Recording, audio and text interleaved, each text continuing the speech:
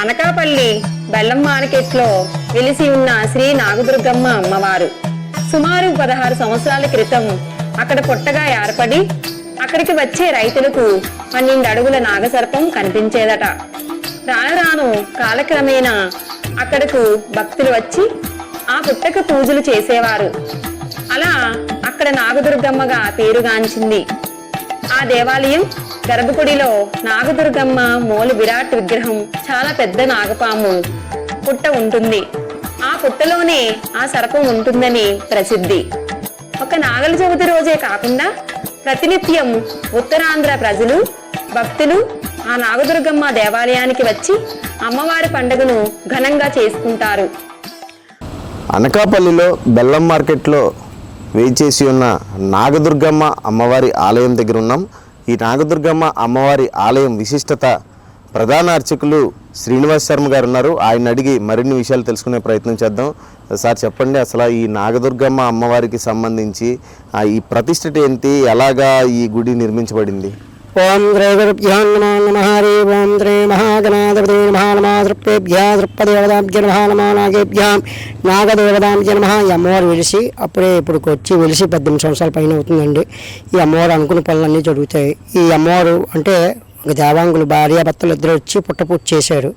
2000లో వచ్చిన అమ్మవారు అనుకున్న పనులన్నీ జరుగుతున్నాయి. అలాగే తల్లి నేలమట 5 సార్లు చేయగానే వెంటనే లేచి ఆ పుట్ట వెంటనే లేచింది. మార్కెట్లోనే లేచిన తర్వాత వాళ్ళ భార్యాభర్తలకి సంతానం లేకపోతే ఎన్నో పుట్ల పూజ చేశారు. కానీ ఇక్కడికి వచ్చి ఆ పుట్ట పూజ చేసిన తర్వాత అమ్మవారికి నేను నిలుస్తున్నాను అని చెప్పింది. అలాగే 12 అడుగుల పాము కూడా ఇక్కడ ఉంది.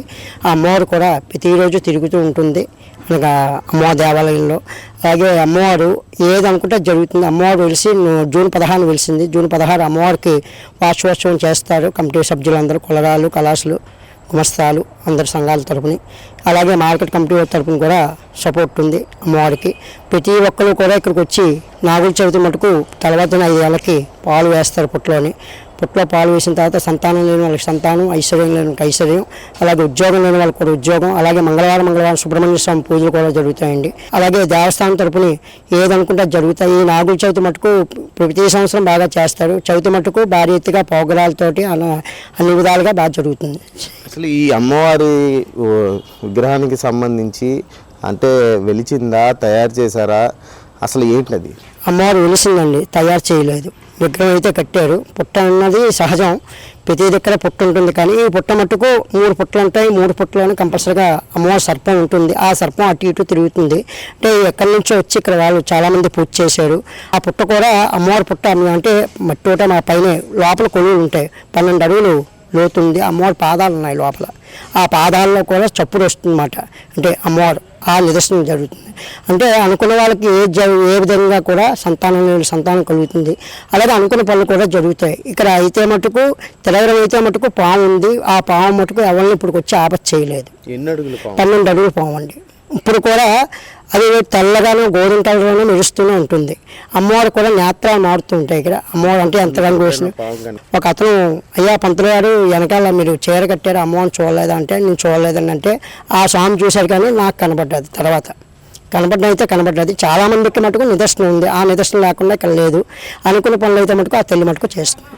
సుమారు ఈ నాగుల చవితికి సంబంధించి ఎంతమంది భక్తులు వస్తారు, ఎంతమంది భక్తులు పాల్గొనే అవకాశం ఉంది?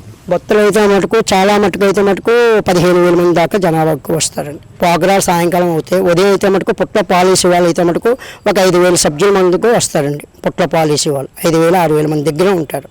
అది రైట్. మొత్తానికి చూసుకుంటే ఈ అమ్మవారి పుట్టకి సంబంధించి ఈ పుట్టకు కూడా ఈ మార్కెట్ యార్డ్లోనే పుట్టిందని కూడా చెప్తున్నారు.